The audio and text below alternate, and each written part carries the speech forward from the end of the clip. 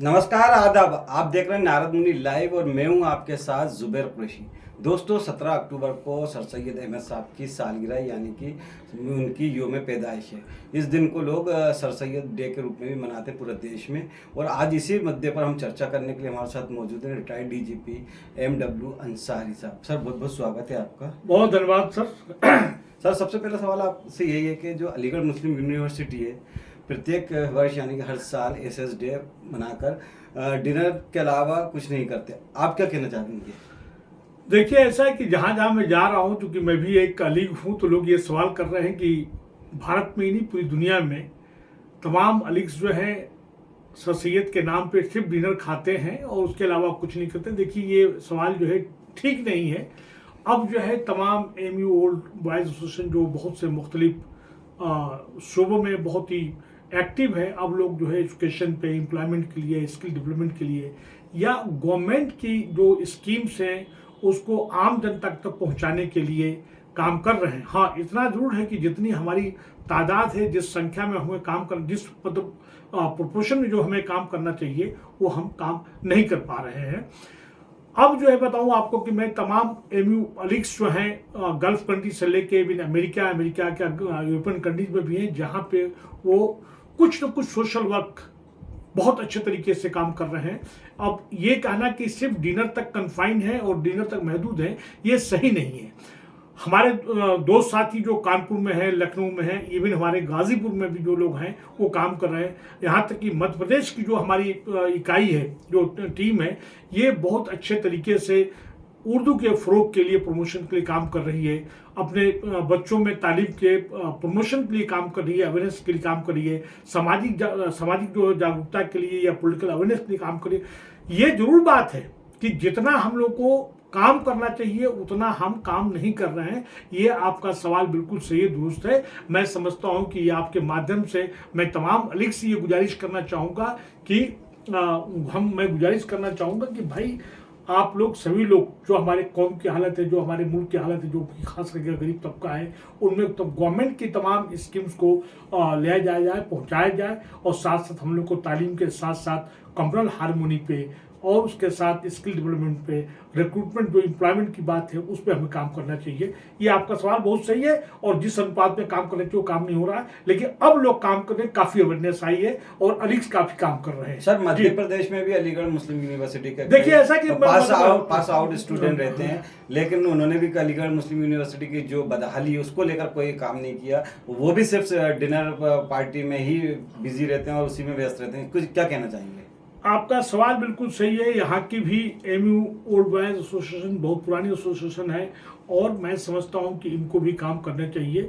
और यही नहीं अगर देखा जाए तो जिस तरह अलीगढ़ में वहाँ का अनुदान ग्रांट इन रेट जो सेंट्रल गवर्नमेंट ने कम कर दिया है, उसको बढ़ाने के लिए भी हम लोगों को कम से कम HRD मिनिस्ट्री को, एजुकेशन डिपार्टमेंट को और प्रेसिडेंट ऑफ इंडिया को लेटर लिखना चाहिए, एक चीज़। दूसरा जो है, जो वहाँ पे अपॉइंटमेंट्स हुए हैं, जानकारी के मुताबिक वो अपॉइंटमेंट जो है कहीं कहीं उसकी शिकायत है, उस पर भी हम लोग काम करना चाहिए। वहाँ का कोर्ट का जो मेंबर्स हैं, वहाँ पे काफ़ी वैकेंसी हो गई है, वो वैकेंसी को फुलफिल करने के लिए किसी ने यहाँ पे या इवन और MU ओल्ड बॉयज़ एसोसिएशन ने उन्होंने उसको फिलअप करने के लिए बात नहीं कही। आज तक वहाँ के वाइस चांसलर ने, अगर देखा जाए तो नए वाइस चांसलर के अपॉइंटमेंट के लिए जो प्रोसेस को शुरू करना था वो शुरू नहीं किया। वो खुद 1 साल के एक्सटेंशन पे है। तमाम MU old boys, Madhya Pradesh इकाई की ही बात नहीं कर रहा हूँ, बल्कि तमाम इकाइयों की बात कर रहा हूँ, उनको सेंट्रल गवर्नमेंट को, प्रेसिडेंट ऑफ इंडिया को या कंसर्न जो अथॉरिटी है उनको पत्र लिखना चाहिए। और साथ साथ वाइस चांसलर जो मौजूदा में उनका टेन्योर खत्म हो चुका है, उनको भी चाहिए कि नए वाइस चांसलर की अपॉइंटमेंट के लिए उनको प्रोसेस शुरू करनी चाहिए, जो नहीं किया गया है। आपका ये प्रश्न कि मध्य प्रदेश इकाई में भी कम से कम 200-250 लड़के MU ओल्ड बॉयज़ हैं, इनको कुछ काम नहीं करते, इनको भी जो है तालीम से लेके, रोजगार से लेके, कम्युनल हारमोनी पे लेके, और यही नहीं, जो जिस तरह की समस्या से समाज जूझ रहा है, जिस तरह की समस्या से गरीब तबका, SC ST, दलित, मुस्लिम, OBC जो जूझ रहा है, और खासकर अपने मुस्लिम तबका जो माइनॉरिटीज के लोग जूझ रहे हैं, उन पे इनको काम करने की जरूरत है। और मैं समझता हूँ कि शुरू हुआ है, मतलब यहाँ के लोग भी काम कर रहे हैं, लेकिन जितना काम करना चाहिए वो उतना काम नहीं हो रहा है। आपका ये प्रश्न बिल्कुल सही है, दुरुस्त है, और मैं समझता हूँ कि काम करेंगे। सर एक आखिरी सवाल आपसे। जी ये ऑल इंडिया जो अलीगढ़ मुस्लिम यूनिवर्सिटी के ओल्ड बॉयज का जो चुनाव होता है वो 18 अक्टूबर को होने वाला है। इस चुनाव को लेकर कई तरह की शिकायतें मिल रही है कि इसमें धांधली हो सकती है। क्या ये माना जाए कि जो एक बुद्धिजीवी वर्ग होता है, जो एक पढ़ा लिखा तबका होता है, वो भी इस तरह के धांधली कर सकता है? देखिए जो साहब, ये सवाल जो है अलीगढ़ में उठा, दिल्ली में भी उठा, और बहुत पावरफुल ऑर्गेनाइजेशन है एमयू का लखनऊ में, वहाँ भी सवाल लोगों ने किया। ये बात सही है कि ये बुद्धिजीवी वर्ग का बहुत ओल्ड वाइज, बहुत पुराना एसोसिएशन है, ये पेरेंट बॉडी है। वहाँ पे जानकारी के मुताबिक नंबर 1 जो ये हुआ ये है कि वहाँ पे फर्जी जो है बोगस वोटर्स को क्रिएट किए गए हैं, और करीब 2.5 से लेकर 3,000 बल्कि 4,000 बोगस वोटर्स क्रिएट कर दिए गए हैं। और उसमें लिस्ट में अगर कोई भी देखता है तो कहता है भाई एक ही स्थान पे केयर ऑफ करके 8-8, 10-10 जो है वोटर्स तैयार कर लिए गए हैं, जबकि एक घर में इतना आदमी हो ही नहीं सकता है, और अगर होगा तो एक लंबे समय के बाद हो सकता है, क्योंकि एक जनरेशन आती है, दूसरी जनरेशन, तीसरी जनरेशन आती है, तो इक्का दुक्का मिलता है। केयर ऑफ करके ढेर सारे, जैसे कि ग्वालियर में देखा गया है, उसके साथ साथ भोपाल में भी पाया गया है, लखनऊ में ढेर सारे हैं, पीलीभीत साइड में है। हालांकि लोगों ने इसके लिए सेंट्रल पोस्ट मास्टर जनरल को भी कंप्लेंट किया। नंबर 1 तो ये हो गया। दूसरा, जो बोगस वोट्स है, जानकारी के मुताबिक ऐसे तमाम हमारे अलीग्स जो बहुत काफ़ी पुराने हो चुके हैं, उनकी डेथ हो चुकी है, उनके नाम से भी वोटर बैलेट पेपर जारी कर दिए गए हैं। और ये भी जो है एक दूसरी धांधली है। तीसरी है कि इतना बड़ा चूक जो है, जो भी रिटर्निंग ऑफिसर है या जो ऑफिसर कंडक्ट कर रहा है, वो इतनी बड़ी चूक, ऐसी बड़ी भूल क्यों कर गई, कहीं ना कहीं उसकी भी मिली भगत जाहिर होती, जो भी अधिकारी हो। मैं कोई शिकायत नहीं कर रहा हूँ मैं। तीसरा जो है, यही एक ऐसा चुनाव है जिसमें कि जो कैंडिडेट्स हैं ज्यादा के घर घर से वोटर बैलेट पेपर्स को इकट्ठा कर रहे हैं। भाई अलीगढ़ में अगर ये चुनाव हो रहा है तो अलीगढ़ में जो मौजूद वहाँ के लोग हैं उनको इन पर्सन जो है वोट्स को कास्ट करना चाहिए, न कि बैलेट पेपर्स को पोस्ट ऑफिस जाके घर पे जाके इकट्ठा करके ले आके बल्क में डालना है।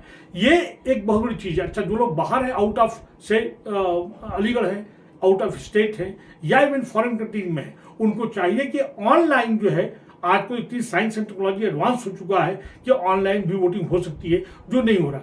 ये जुबैर साहब जो है, ये आपने बहुत इंपॉर्टेंट सवाल किया अलीगढ़ से। इस पर मैं समझता हूँ कि तमाम अलीग्स और खास करके जो ओल्ड बॉयज के जो मेंबर्स हैं, जो काफ़ी पुराने, अच्छे, उसमें बता दूं कि ढेर सारे बड़े बड़े मंत्री, मिनिस्टर्स, MLAs और साइंटिस्ट, एजुकेशनिस्ट उसके मेंबर्स हैं। कहीं ना कहीं उनसे चूक हुई है, इसको भी रिफॉर्म करने की, दुरुस्त करने की जरूरत है। और नहीं तो अभी जो चुनाव होगा 18 अक्टूबर को, जो आपने जैसा बताया, मैं समझता हूँ कि ये इलेक्शन तो हो जाएगा, लेकिन लिटिगेशन बढ़ेगा, और ये जो है कहीं ना कहीं ये काउंटर मांड हो जाएगा, या ये जो पूरा इलेक्शन जो रद्द हो जाएगा। बिल्कुल मुझे जो आपने सवाल किए बिल्कुल सही है जी। बिल्कुल दोस्तों, आज हमने इस अलीगढ़ मुस्लिम यूनिवर्सिटी को लेकर बात की, सर सैयद साहब अहमद के जन्मदिन को लेकर बात की कि अलीगढ़ मुस्लिम यूनिवर्सिटी की किस तरह की बदहाली, और स्टूडेंट्स का जो 18 अक्टूबर को चुनाव होने वाला है उसको लेकर, स्टूडेंट्स का चुनाव में जो धांधली है उसको लेकर बात की। इसके अलावा 17 अक्टूबर को सर सैयद अहमद साहब की यूम पैदाइश है, उसको SS डे के रूप में मनाया जाता है। इस मुद्दे पर आज हमने रिटायर्ड DGP MW अंसारी साहब से बात की। आपको ये सब्जेक्ट पे और ये विषय पे हमारी ये परिचर्चा कैसी लगी, अपनी राय कमेंट करके ज़रूर बताएं। और आपको ये वीडियो या खबर पसंद आए तो इसको लाइक करें, शेयर करें। आप हमारे साथ जुड़े सर, आपका बहुत बहुत शुक्रिया जुबैर साहब, आपने बहुत इंपॉर्टेंट सवाल किया। जय हिंद, जय भारत। बहुत अच्छा इंपॉर्टेंट सवाल किया, बहुत शुक्रिया आपका, बहुत शुक्रिया।